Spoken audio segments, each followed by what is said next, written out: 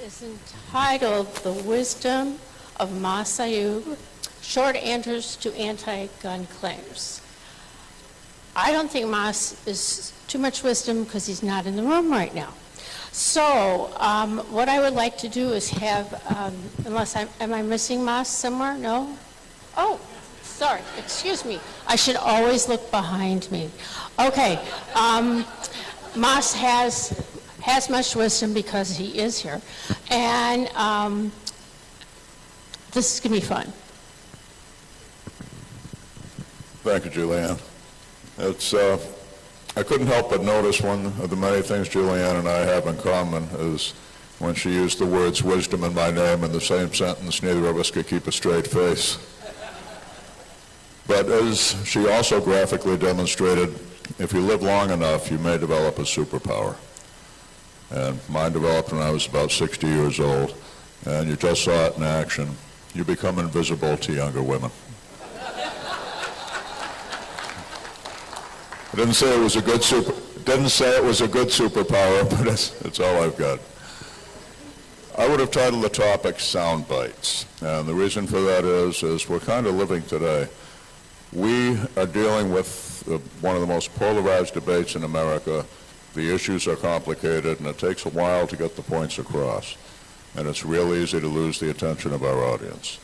I go with the 10-80-10 rule that in any polarized debate like this, there are going to be 10 people on one side of the bell curve who are hardcore with you, 10 people on the far end of the bell curve who are hardcore opponents who will never change their mind. But 80% in the middle who, even though they may be inclined to lean one way or the other, still have their minds open and are still willing to listen. And those are the ones we speak to with sound bites or with anything else. Why sound bites? We live in a time of short attention spans. We live in a time where if you can't put it in 280 characters in a Twitter, it may not be read. How many times when you're in a forum debate do you see someone write TLDR, too long, didn't read? We're dealing with that, and we're also dealing with other limitations when we debate this issue. You won't get the 15 minutes that we have up here today and tomorrow at the podium when you're speaking to the town council about a proposal to ban something with the local ordinance. Often you won't have that much time when you're at the State House addressing the legislators against an anti-gun issue. Keep it short, keep it sharp, keep it memorable. Above all, have it logical. Always press that common sense button with it. And even more important than that, never exaggerate. Make sure everything you give them is true and verifiable. How much credibility has the other side lost with their exaggerations? We must avoid falling into that trap. If you can use a little bit of humor, I don't think it's essential, but it's kind of icing on the cake. Anything that makes someone smile or even laugh is something that holds their attention. For examples, well, first, stay with things that might be fresh in people's minds. This year, we've all followed the invasion of the Ukraine. We watched the giant Russian bear attack the rabbit-sized Ukraine. And how many of you caught it when the Ukrainians issued real assault rifles to the general public to fight off the invaders? Real full automatic select fire AKs. Now, we also stood by and grieved in May of this year at the tragedy, the tragedy's not even the word, the atrocity at the Uvalde Elementary School. And of course, in a world where everybody grieves and they want to do something to right it, it becomes, well, gee, we must do something, which quickly turns into we must blame someone. And once again, the gun owners became the scapegoats. I was interviewed by the BBC shortly after the Uvalde thing. And as you might imagine, the Brits were not pro-gun. It was a rather antagonistic interview. And at one point I was asked, well, in the year 2022, how can the Second Amendment possibly be relevant in America? And I was able to get it with 3 words. Ask a Ukrainian.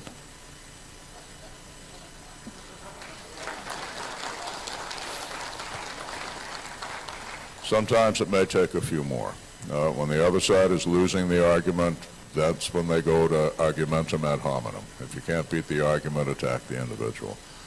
How many times do we hear, ooh, they just buy those guns to compensate for sexual insecurity? The gun is a phallic symbol. How many times have you heard that one? Okay, I address the males in the audience. If guns were phallic symbols, would any of you ever have bought one with a 2-inch barrel?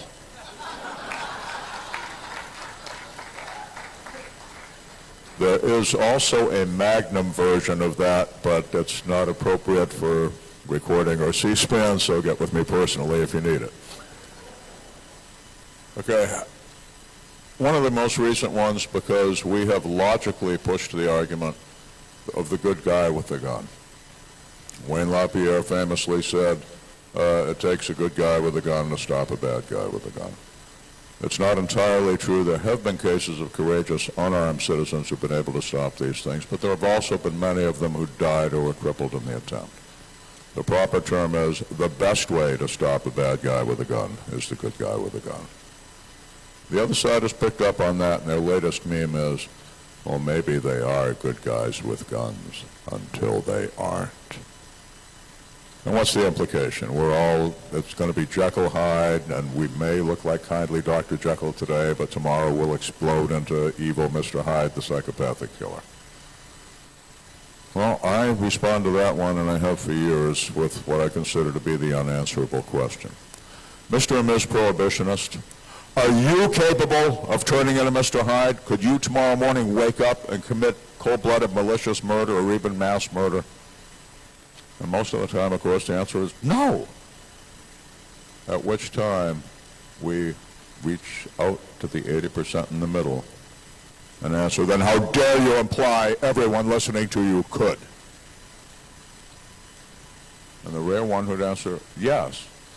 I look at them with horror and push back a little bit and say, the rest of us aren't. And if you are capable of turning into a psychopathic killer, perhaps you should be seeking psychiatric care and not pretending to give wise counsel to normal, well-adjusted people who aren't likely to do that. We're still getting, 14 years after the Heller decision, and the Supreme Court again, and most recently again in Bruin, has made it clear that the Second Amendment speaks to an individual right. We're still getting National Guard. It's about the National Guard. A couple of short answers for that. First, if you look at the history of the Bill of Rights, 1791 and 92, that is one of the most carefully crafted, brilliant documents in the history of the human experience. If you read the original amendments, just take out that controversial second one for a minute. Every single one of them clearly speaks to individual rights. Are we to presume that the finest minds in this nation, when they carefully crafted that document with so much forethought, decided at the end, oh, by the way, let's toss in a states' rights thing, and gee, we'll put it number 2. It beggars the imagination, and anyone with a 3-digit IQ should be able to figure that out. And the other answer, which I actually kind of prefer, you look back in history and you look at the people who wrote the Bill of Rights. Those people had lived through the American Revolution. The gunfire of the Revolution was ringing in their ears when they wrote those words. If you think about it, a National Guard of the period would have been Tories loyal to King George, duty-bound to crush the rebellion and kill their fellow colonists, brothers and sisters. And I do not think that is what those men intended to empower. One we're getting all the time is, oh my God, how can you defend people having guns when there were as many as 40,000 gun violence deaths a year? Well, let's break that down, boys and girls. Generally, those figures will include criminals killed by police in the performance of their duties to save the public from those dangerous armed criminals. It will include criminals shot and killed by armed citizens in self-defense. And our brother Gottlieb recently quoted a study that indicated in this country armed citizens may well be killing more bad guys in self-defense than our 800,000 sworn police officers, which means every one of those killings, what justifies a homicide? Immediate, otherwise unavoidable danger of death or grave bodily harm to the innocent, which means every one of those homicides saved the life of at least one innocent person, often more. Those figures also include suicide, and let's talk about that. In any given year, the so-called gun violence deaths will be constituted 60% to fully two-thirds by people who chose to end their own lives. That's a tragedy. I know I and some others in here have worked with suicide prevention organizations. When we think of the suicides, the ones we want to prevent, it's the emotionally driven one, the individual in despair, who seeks that proverbial permanent end to a temporary problem. But what we have to look at is under the tip of that iceberg, a number of those self-directed homicides are what some have called rational suicide. It's the individual who has been diagnosed with a terminal disease. The prognosis is clear, absolute agony, loss of all their faculties, nothing to do to stop the grief of their loved ones standing beside their beds, thousands of dollars a day in medical bills that are draining the estate that they wanted to leave for their children and their grandchildren. And they decide there is no other hope, we'll take the express check out. You do realize at least 10 states in this country authorize physician-assisted suicide. It is literally state-approved, and you see it more in some other nations. Is it sad? Yes. But hear me on this. First, in terms of rational suicide, it's an end-of-life choice, a right to life, a right to die with dignity decision, if you will, that has nothing whatsoever to do with crime. And when they conflate that with criminals murdering innocent people, I submit to you that they are twisting the truth. Now, as far as fighting against suicide, you bet. Many of us in the movement are in the suicide prevention movement as well. And I offer to you the New Hampshire Firearm Safety Coalition, established decades ago by Elaine Frank, who was at that time head of the Injury Prevention Unit at Dartmouth Hospital.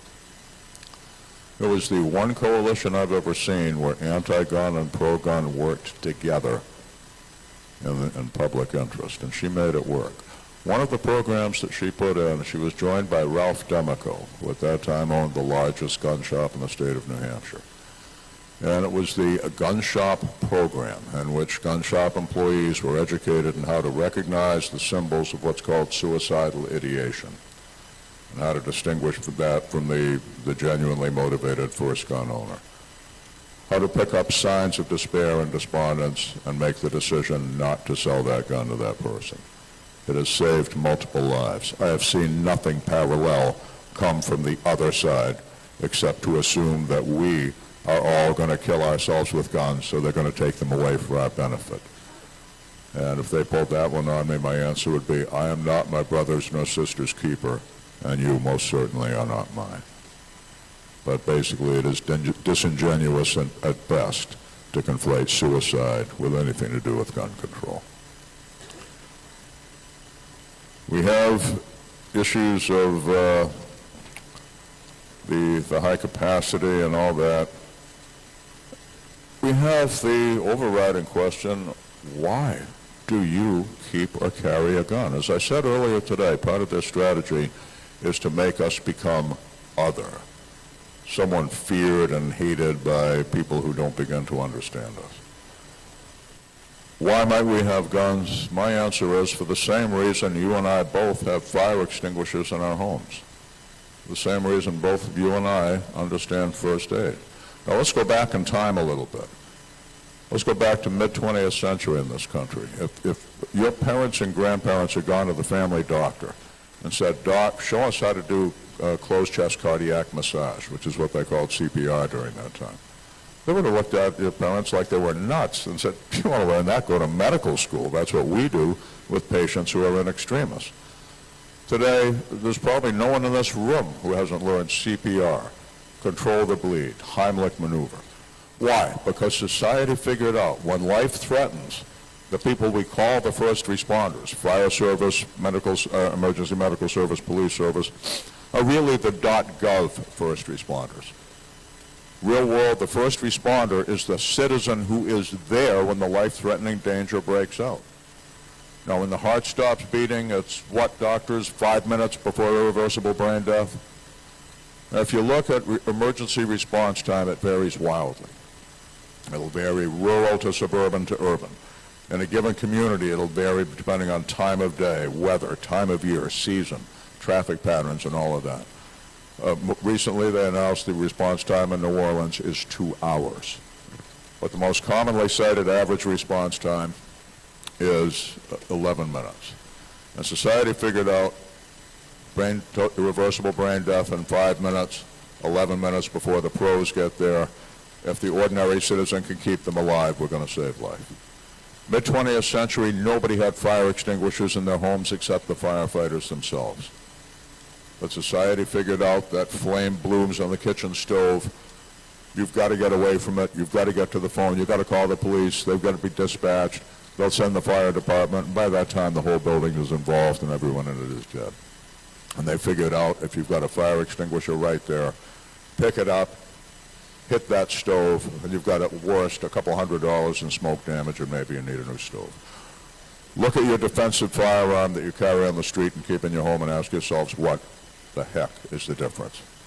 Each of them is an emergency life-saving rescue tool designed for the first responder to hold the line against death until the professionals can get there to deal with it. Draw that analog, because history shows people who realize what this other person is doing runs direct parallel to something else that I'm doing, I'm beginning to relate. Thank you for your time. In a moment, the nice lady behind me is going to bring the shepherd's crook around my neck and drag me off the podium, so I'm going to save her the trouble. Thank you all for coming, and God bless you. That we need to look over our shoulders all of the time. We're not paranoid. They really are out to get us.